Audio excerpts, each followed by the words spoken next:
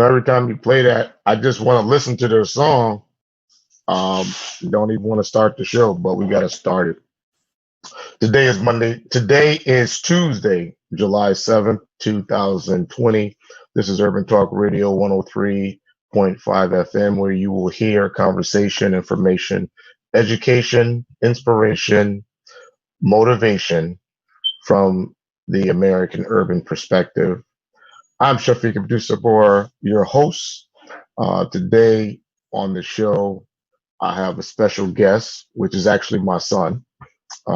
He's a special person, he's a special guest, and I have him on. We're going to talk about a range of things that have occurred since the last time that I was on the air, which was actually before the pandemic was declared, and it was before we went into this worldwide shutdown, it appears, and definitely went into the American shutdown of the country as it relates to COVID. So today on Urban Talk Radio, you can join the conversation on Facebook at Bold Minds and Twitter at Bold Minds. You can also stream this show live by logging onto your smartphone and logging on to New Haven Independent.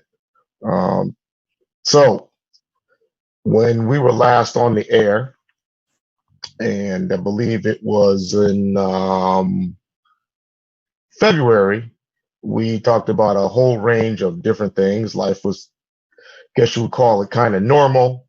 People were going to nightclubs, people were going to the beaches, people were doing all kinds of just normal stuff, drinking coffee, going to the coffee shops were packed. You had to wait to get a seat in the coffee shop. All of the good stuff people were doing. And then the virus came. We now call it the virus. It has had tons of different names. The president has given it his own particular name, and they haven't always gone over well. But we know it now as COVID-19. The World Trade Organization has named it COVID-19. America has the highest infection rates right now, leading the world. And, you know, it looks like the game that you play on your computer. If you ever played that game on your computer, it's about the virus. You could be able to create the virus in the world and try to kill everybody getting infected. So this is crazy. I mean, you know, I know for me as a black man living in America, this is a very crazy time, and people who used to be, I guess you would call, famous and untouchable, seem to now be very accessible, and you can access these people in spaces. You know, they're on Jamie Foxx, and all these different celebrities are doing Zooms and YouTube videos and all these different things, because you're trapped in the house and you can't go nowhere, right? And then we realize how simple life is, and we realize how common time is. You know, time is one of the most common things that everybody has. You know, you could have money, you could have intelligence, you could have a talent, but time is one of the things that doesn't matter what your status is, we all share in that time. So we're all sharing in the time right now of this virus. The virus is real. For some people, they say it's a conspiracy. Some people say it's a bioweapon. Some people say it's an act of God. There's all types of perspectives that people have as to why the virus is here and who's dying. We do know now, it's a fact, right? It's a fact that the number one group of people that are dying from COVID-19 are African American, Hispanic, Latino people, or people of color, as it has been described, but particularly African Americans are leading the death toll around this COVID virus, even though they are the lowest percentage of the population as it relates to African Americans versus white people living in America. The other part of this that kind of came, some would say it came out of nowhere. Some people would say, oh, it came out of nowhere. And what is that? Oh, well, this whole issue of race and Black Lives Matter. So 2012 We had Trayvon Martin, 2014. Trayvon Martin was killed by a neighborhood watch guy, so to be very clear about that. However, we had Mike Brown, who was shot and killed by a police officer in 2014, Eric Gardner, and the list goes on and on and on of the countless number of African American and Hispanic Latino men who have been shot and killed by police, many times very controversial, many times unarmed. And we had the incident with George Floyd recently, and it seems we had this decadent explosion of racial consciousness, racial unrest, you name it. But this is something so different than ever before. This is not like when we had we call it the Mike Brown era or the post Mike Brown era. You know, Mike Brown era, there was only black people out there marching. There was only black people out there. There was a couple of incidents of rioting in Ferguson, a few in New York, but there was no nationwide rioting. There was nationwide protests of predominantly crowds of black protesters, but none of what we've seen recently with George Floyd. Even under the Mike Brown era, I'll call it the Mike Brown era, Eric Gardner era, there was not an array of international protests. Like black people in Australia didn't care about what was going on in America. At least they didn't show it in the streets of their country, London, France, etc. The George Floyd incident brought people out in the entire world. The Netherlands, Australia, France, Italy, Iran, where they can't even protest. They would stand up there holding signs saying, like, I can't breathe. And it was like, wow, okay. And they wrote it in English, by the way, too. So they can make sure that even though they speak, Arabic or Iranian, whatever it is, that they wanted you to know, hey, listen, I'm down with you. I can't speak English, and maybe they could speak English, but the reality is this has become a worldwide thing. So as COVID becomes a pandemic in America or in a country, in America and other countries and in the World Health Organization declares it as a pandemic. At the same time of declaring it as a pandemic, we are now dealing with a racial pandemic, if you will. So I thought what would really be good, because I do not see, as I'm at this point, I have become a news junkie. At this point, watching all of the news, I have not seen anything or heard anything from young black men about how they feel about what's going on in the world. I've heard, only time when I watch the news and I see young black men being allowed to speak, because they're allowed to speak, right? It is their cousin got killed by the police. There's a protest and they're stopping him. Tell me what you think. Tell me what you think about the protests. What do you think about the fires? And, it's that kind of thing. There's a couple of videos that guys are shooting right now. They're self-taught. They're self videos, which are, we out here with these guns right now. We just want to let everybody know we legal gun carry. And we get that. And listen, I ain't out here to shame nobody. But what I find very interesting is we are not hearing from young black men, right?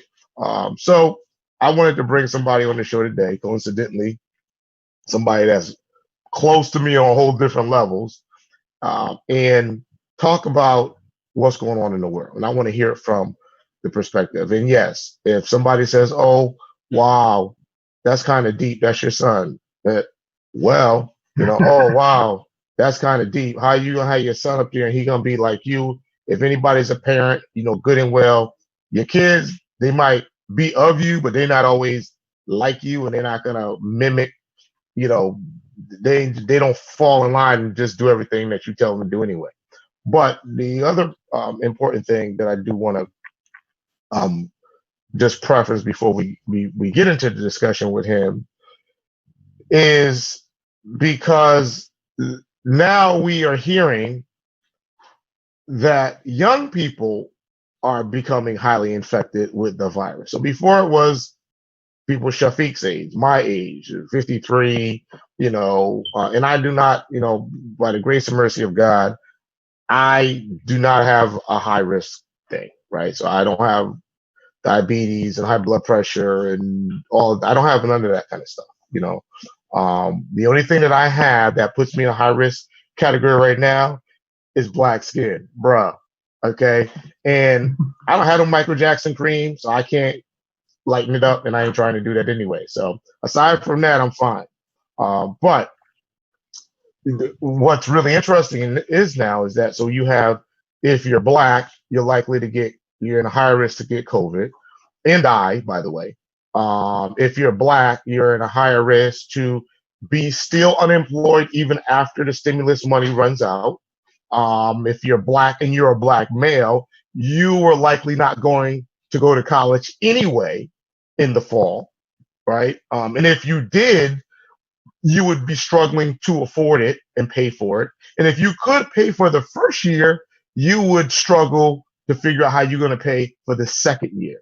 And now you add COVID on top of that with your parents struggling, trying to put money together, and they may be out of a job, even lessens your chance of going to college if you were going to college. If you're not going to college, meaning that you can't leave the environment that you might live in, that might be a racially or ethnically or educationally or economically unsavory area, right? It's your neighborhood. There's no shame to it, but it's your neighborhood, so you can't leave it. So now you're relegated to that neighborhood or that town or that locale with maybe the relations between you and the police or the community police are not good. They're egregious. And now your threat level of engaging the police or being engaged in the police is high. Your threat level of living in your community, because African American males are still high on the list to be affected by gun violence or victims of gun violence. Watch the news, see what happened in Chicago, Philadelphia, New York, and many other states and cities around the country during the holiday weekend. So it's a lot going on. So I wanted to hear from somebody else that's out there, or as people like to officialize it, who's in the trenches. So Sam is in the trenches. So we're going to get into speaking with the Sam, but I just want to remind everybody that you're listening to Urban Talk Radio 103.5 FM, and you can also stream this show on your smartphone or computer by logging on to newhavenindependent.org. We are on the Zoom, and this is our first show since the COVID. And I have Hassan Abdussabur on with me. Good morning, Hassan. Good morning. Thanks for having me. All right. So talk about it, man. So what is, tell us, for the people that are viewing, because we get viewers now, for the viewers, I guess you would say, I don't consider you like any other regular black guy. You were in school, right? You go to school. Where do you go to school at? I was at Unity College up in Maine. Okay. So Unity, tell us, where it's in Maine. Yeah. So you decided. So again, I told him don't go to Maine. Ain't no black people in Maine, but he wanted to go to Maine. So you at Maine. How many students in your school? There's only 600 students. And how many black students? Well, the first semester there was one African American. So you had one. Okay, so you was the only black student the first semester of your school. I was the only black guy in the school. There's a few Hispanic people. There's like a few Asian people, but I was the only black guy. Okay, and I would ask you what that's like, but we've all played that story so many times. Yeah. We already know what that's like, right? Okay, so, and then you was in school before that at a different school, right? I went to Green Mountain College. Okay, so you was prior to that, you was at Green Mountain? Yes. Mm-hmm. Why is your Yep. why is your phone freezing? Your, Yeah, your phone. you don't have it Weird. on. You switch to the Wi-Fi. There you go. Are you Sounds connected to weird. the? Yeah. You connected to the DSL? Well, I'm connected to the house's Wi-Fi. Okay. All right. Okay. All right. That's better now. All right. So here's the deal. You go to school in Maine, 600 something people. You're the first black guy the first year. And then COVID hits, right? Mhm. And now you are back home. You're sitting in the house, you're watching all the news, you're hearing all the conversation. What's life like for you right now? First of all, tell everyone how old you are, so we'll know. How old are you? I'll be 20 at the end of the year. Okay, so you're 20 years old. You got any kids? Nope. No kids. Okay, 20 years old, no kids. What's your GPA? GPA 3.6, 3.4. Okay, 3.6. Okay, so you're a smart dude. No Uh, kids. You drink? nope. Okay, you smoke? Nope. I do have a drug test that I will have you pay the cuff later, so we'll find that out. But we'll get to that later. Okay, so you're a good dude. You're basically good. What we call all American black man. You're a Yep. good dude. You listen to hip hop, Yeah. trap music, No, not that much. nah, but you do play the piano. Yeah. You read, Mm-hmm. right? And then you do some video stuff. You are a video. What do you call it? A videographer. Videographer. Videographer. Okay. So tell us or tell the viewers what's life like for you from your perspective during this COVID. What do you see? What are your views? Tell us your views on COVID. COVID. Ooh, I think COVID impacted everybody differently, depending on like race and your status and everything. But it kind of impacted everybody the same because it put a lot of things in perspective in regards of kind of like who can make the rules in a global way. Because everybody's in their own country dealing with the same thing basically. Like everybody has to stay at home, and from staying at home, people I feel are reflecting in life a lot more. So you see a lot of people going to Home Depot and redoing their houses, but you also see a lot of people having and knowing people with COVID-19, and it's kind of interesting seeing a lot of people take it seriously and wear their masks and have their old see-through guards on their faces, but there's a lot of people that actually don't believe in the virus, and those people are actually, I think, a lot of other people in danger by going to the store and not wearing a mask, having the mask at their chin, and it's just very interesting to see how everybody responding Do to you what's going think on right that now.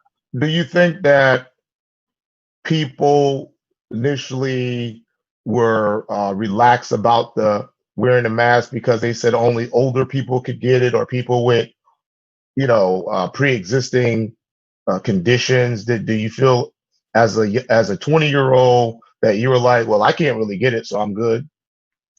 Yeah, yeah, definitely. Like before it got before like quarantine was put into place and it was the last week of school, the school had a whole entire like school wide meeting about COVID. And that was when we had a little understanding about COVID-19. And all the students were like, "Oh yeah, we don't gotta worry about it. We won't get it." And the professors recognized that and they were like, "Yeah, but that might impact school next semester because your faculty members are more susceptible to it." So it did kind of make us feel that we were invincible and that we couldn't get it. Well, I have to confess that when it first came out, the information out there too was that, black people were not getting it. They said, hey, listen, this is something that black people are not really getting. So I was like, all right, well, I'm good. Black people not getting this. Our DNA is set up where apparently we are not being affected by this. So, when early on, even myself, I was like, man, I'm good. I'm washing my hands. I wash my hands all the time. It's not a big deal. And then it wasn't until the lockdown and we kind of got into, I think, like maybe the third week of March, which was the second week of the lockdown, and then people started like dropping off, and I was, then I was like, damn, like what in the world's going on? People dying from this thing. It was like, and then they came out with the numbers. Like it seemed like towards the end of March, they said, well, there's an alarming number of African American. And then the Black Surgeon General got up there and started, saying, hey, listen, guys, you gotta wear your mask. You can put your mask on your face. Please wear your mask, the world. Wear your mask. And then the president got up there and he started doing yes, it's y'all people dying. Hey, tell Pookie put his mask on. So when that happened, then I was like, okay, this is the situation, because the science came out, right? We had this information and it was backed by science. So, all right, so let me ask you this now. So now COVID hits, and you came back from Maine, right? You're back home from Maine, correct?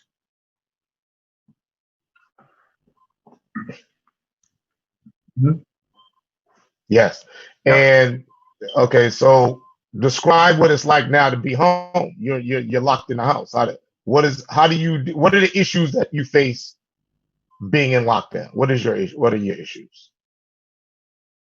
Well, less of an issue and more of an adjustment. Just being home rather than Maine, because Maine is a completely different lifestyle.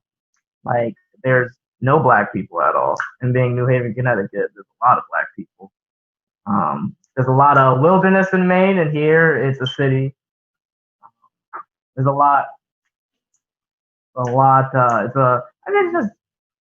It's just very different. It's very different. And since the lockdown, there's not a lot to do at all. There's no movie theaters. Every time I go hiking, people are wearing masks.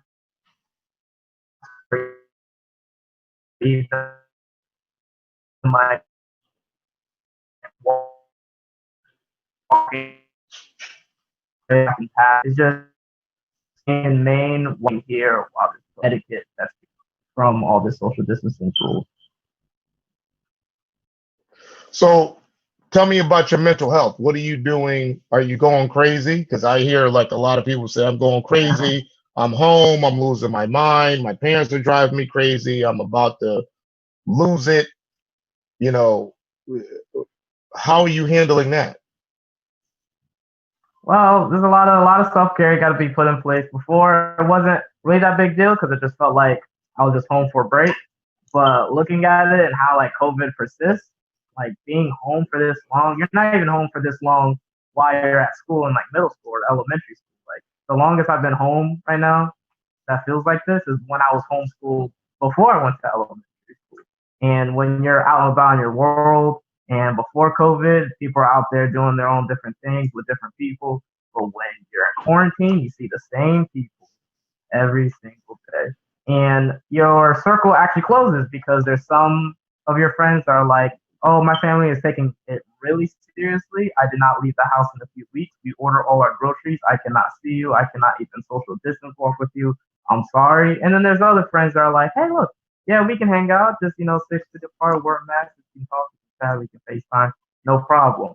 And so being in quarantine, you're not really around a large diversity of people. And on top of that, you're always in the same place. You can't really expand and go new places or go to like even regular places with a lot of people.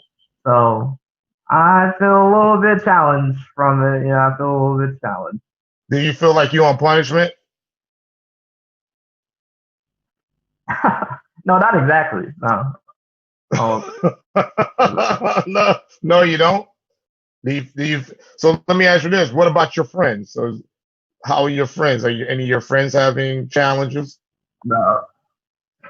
Or they're fine?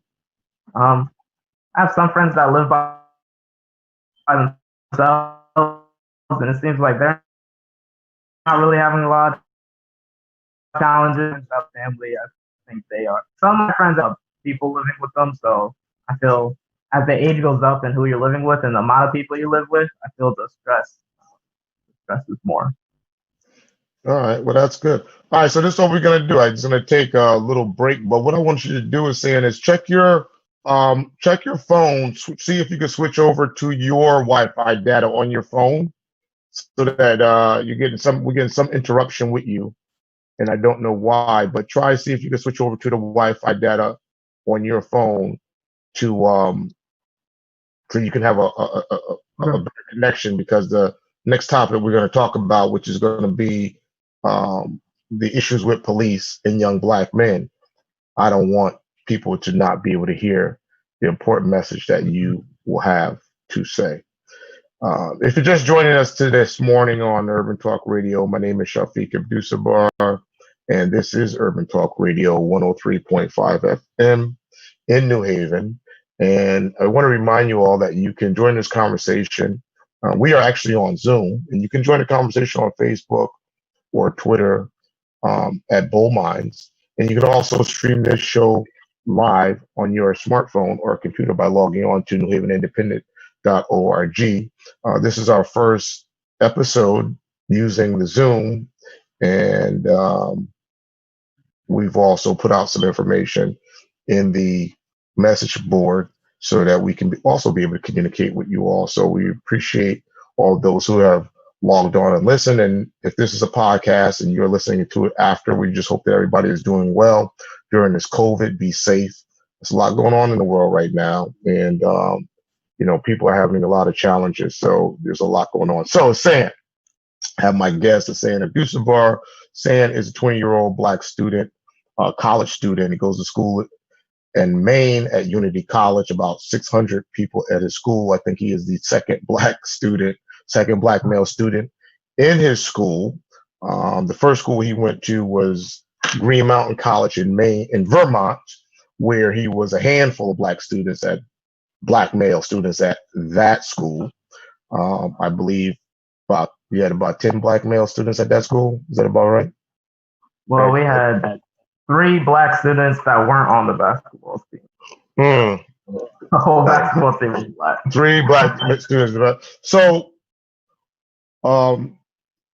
recently we've seen a litany of incidents in the news of just about race. I mean, let's just put it out there. The lady in the park who lied and said that the black man was attacking her and her dog, who subsequently they filed charges against her yesterday.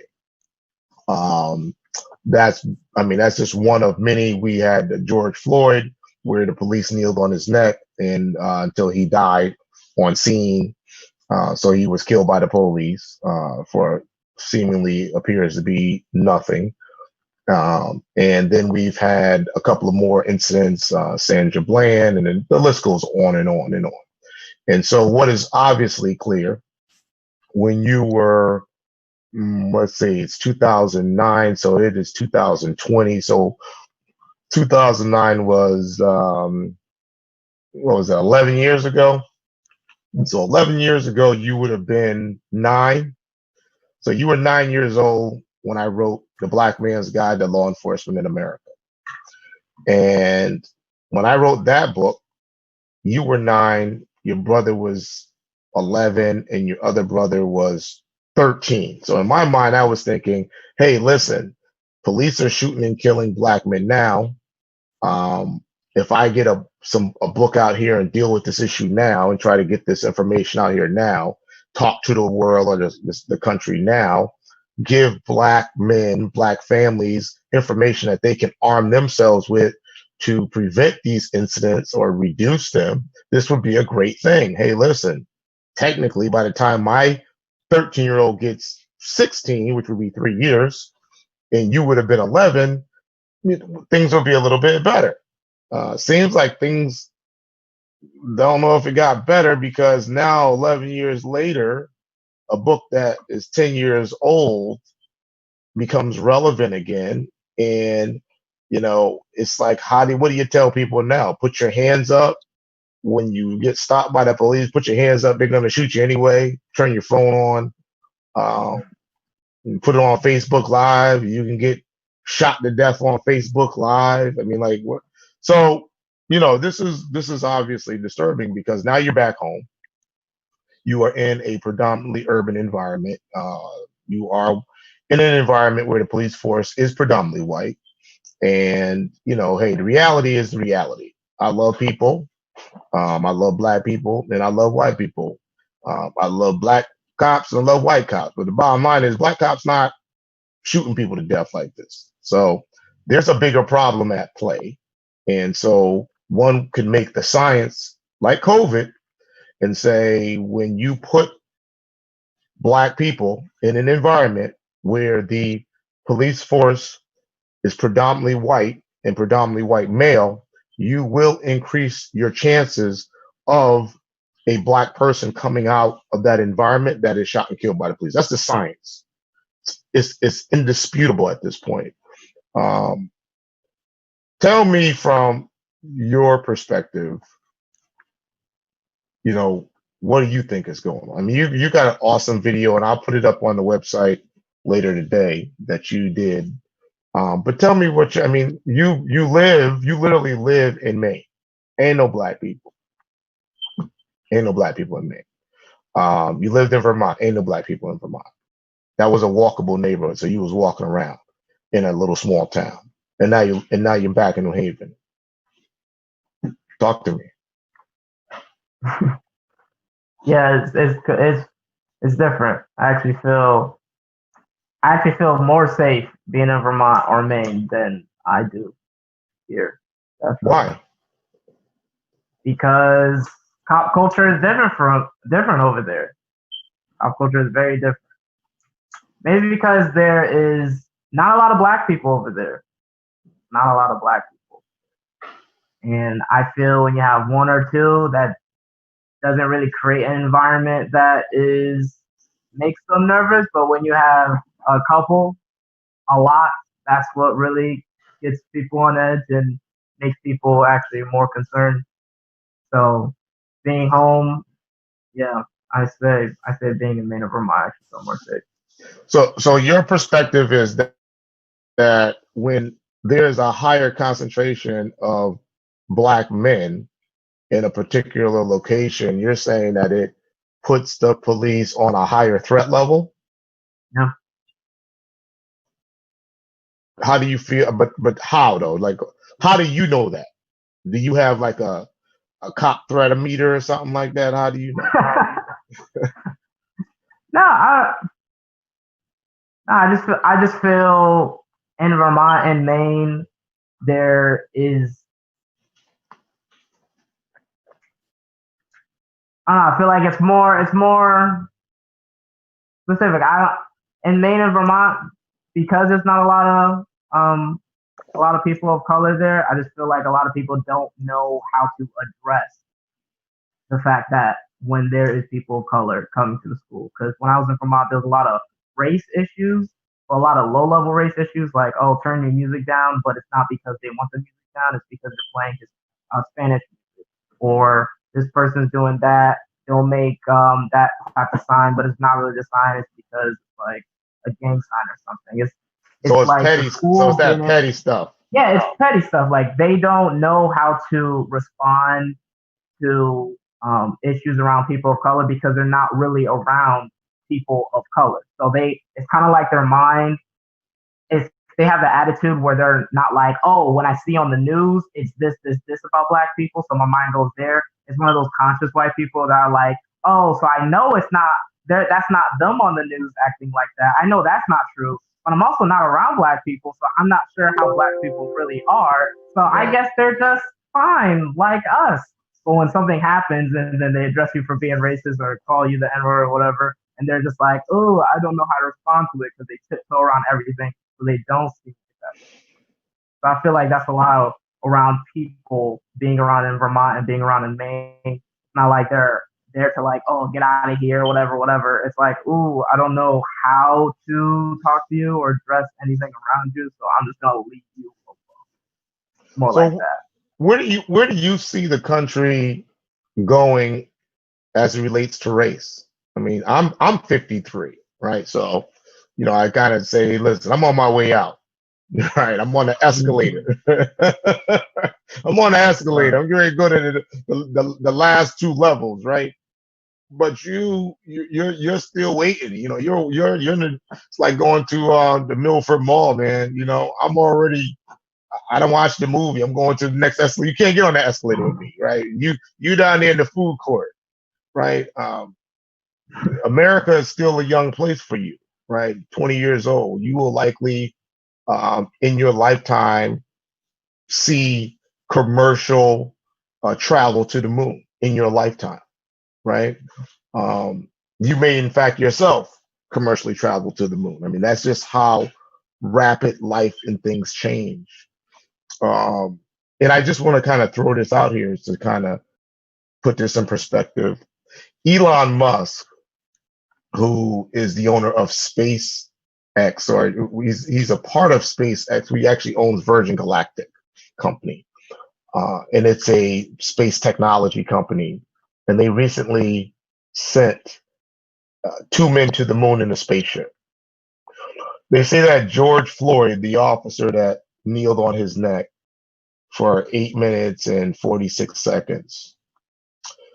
For the people that's watching and listening, Elon Musk, a private company, sent 2 men to the moon in less than 8 minutes and 46 seconds. We actually got somebody to the moon faster than we could figure out how to get this officer's knee off this man's neck and prevent him from dying. To me, it is the saddest and most disappointing. If you would think of it in terms of a society or a culture or a civilization, it is the saddest testament to our civilization as people living in North America that we can't figure that out.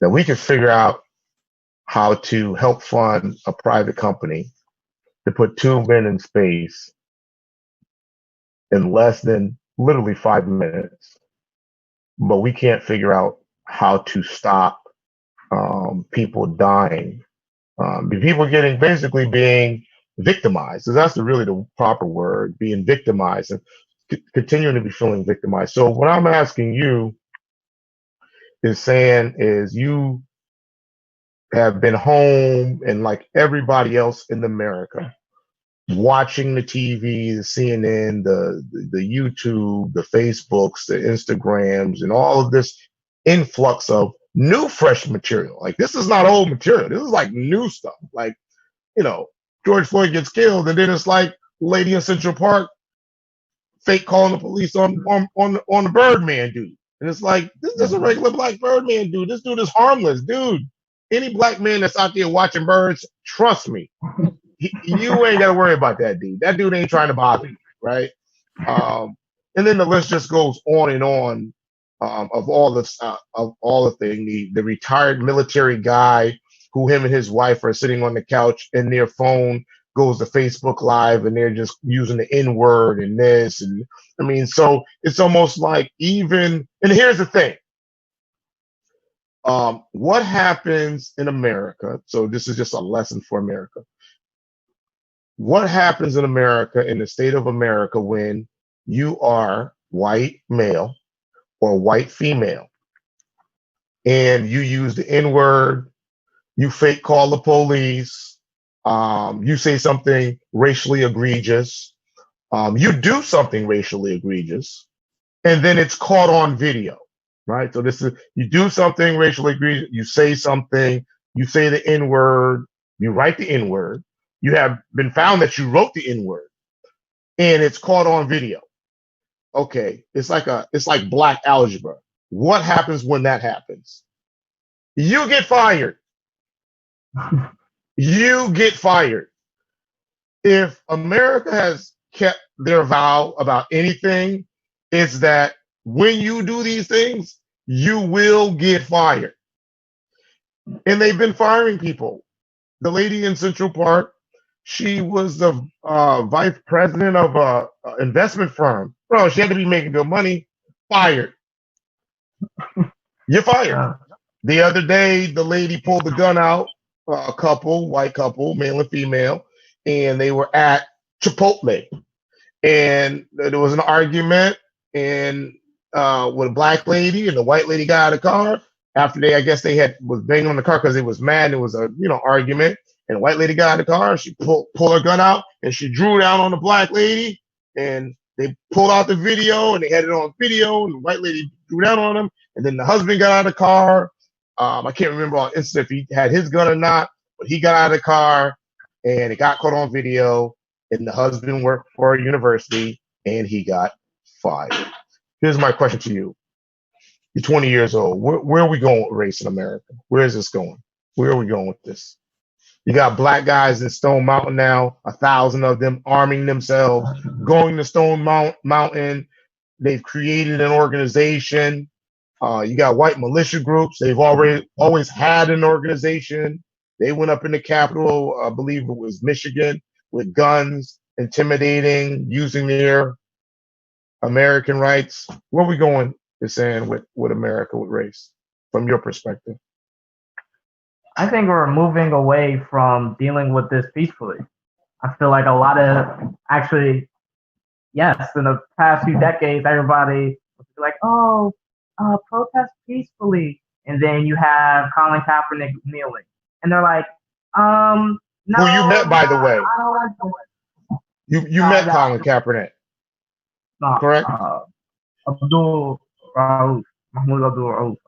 That guy who kneeled in the basketball. Gotcha. Okay. Yeah. And we have people protesting peacefully by kneeling. And they're like, oh, not like that. And then in the Grammys and Oscars, we have people of color winning them. And then instead of thanking their sponsors or whatnot, they're actually talking about race issues. And then they don't like that. And we want to get into the system and the government, but it's too racist to even let a lot of people in. And then and by then you have 50 white people telling a few black people to not do something, and then boom. And so we've been protesting peacefully for so long, and we still aren't getting results that lead to justice. So we see now moving to the other end of not protesting people. And they get not even equally mad, more mad, to the point where you got Trump calling these rioters and like looters, and not even rioters, looters, or protesters like crazy and thugs. And now we are moving to meeting white people on the level on which they were treating us at.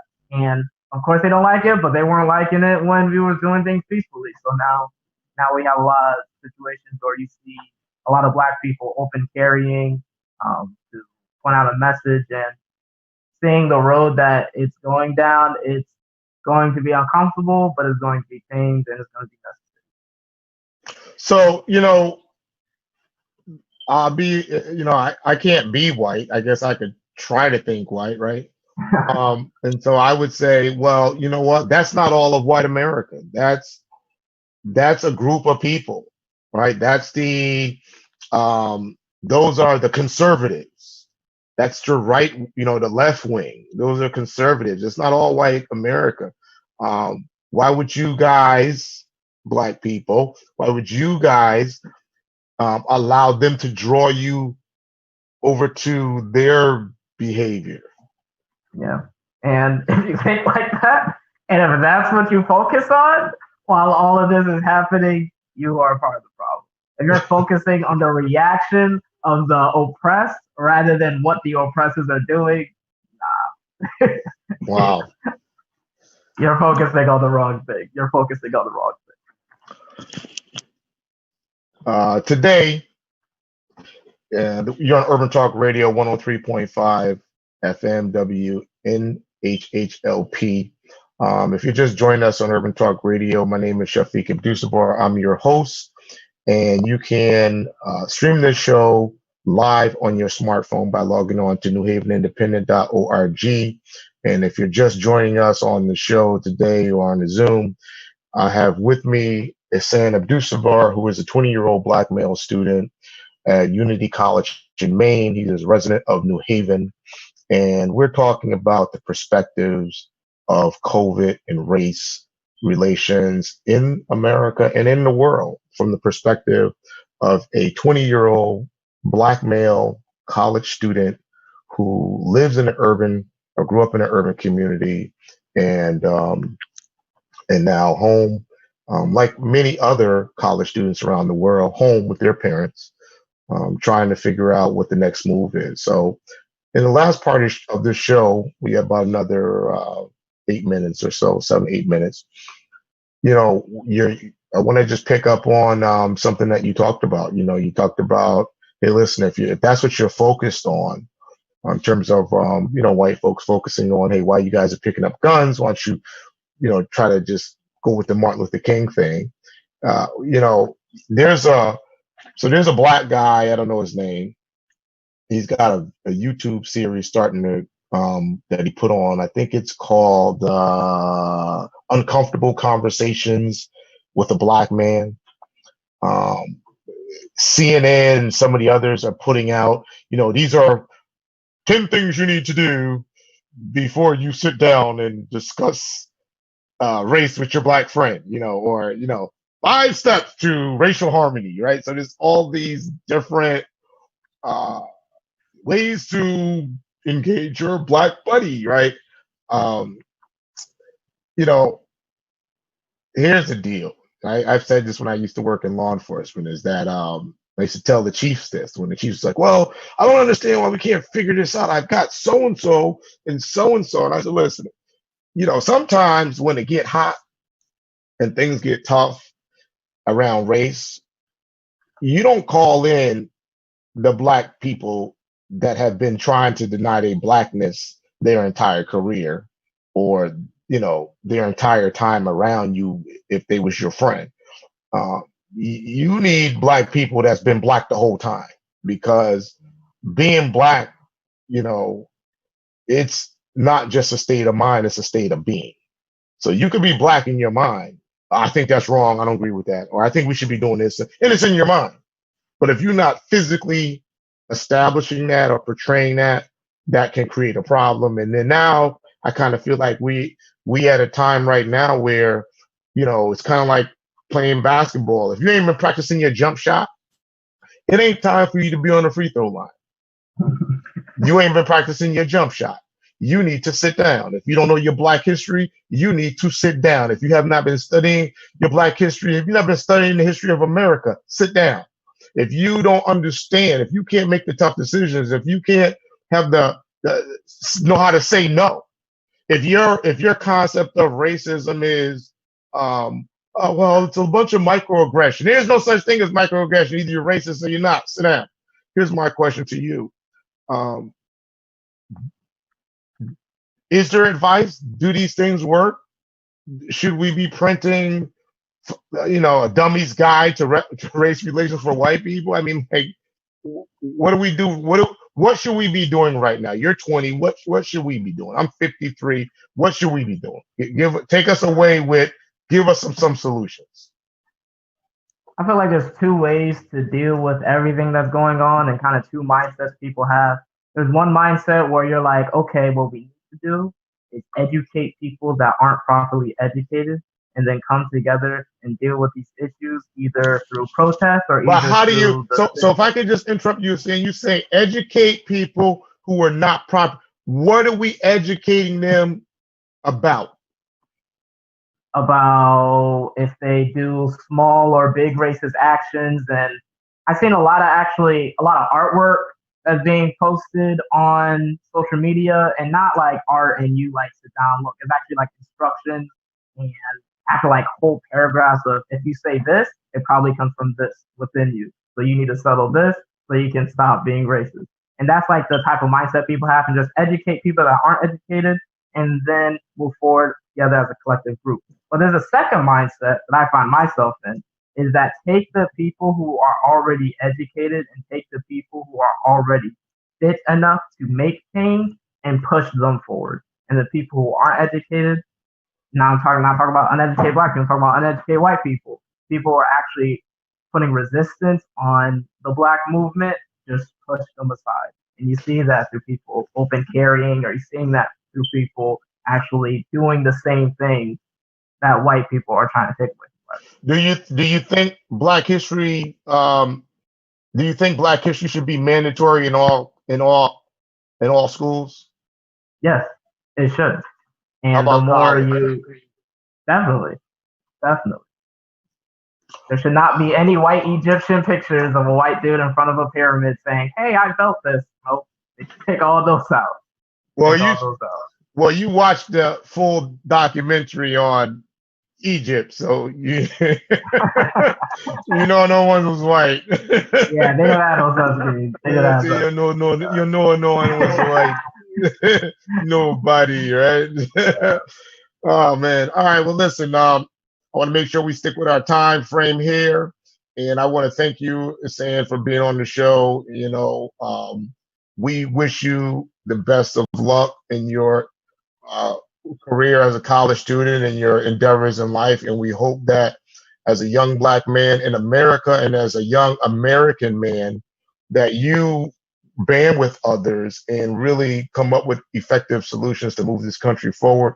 And I'm going to leave you with this charge, saying is that sometimes things don't happen, or sometimes things are not happening in a positive way because we're just not doing them. And I'm going to say to you, you know, maybe you're the next congressman, maybe you're the next senator, maybe you're the next mayor, maybe you're the next president.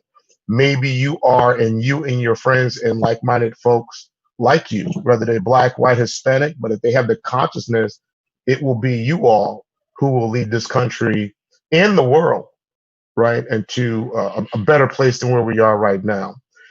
So thank you for joining us today on Urban Talk Radio. And for our viewers who may have just joined the show today, this is Urban Talk Radio, and we were discussing issues around COVID and race from a national world in a world perspective by a young 20-year-old Black male college student.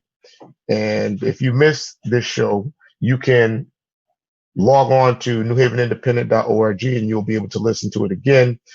You also can log on to Facebook at Bold Minds. And we thank you for listening. We hope that God blesses you and keep you all safe during this pandemic, and that your family is safe. And for all those who have lost a loved one, our condolences go out to you. And for all those around the country who have lost loved ones over this weekend with all this gun violence that has been occurring in the Black community, our condolences. And our condolences out to those who have lost their family members through these police shootings.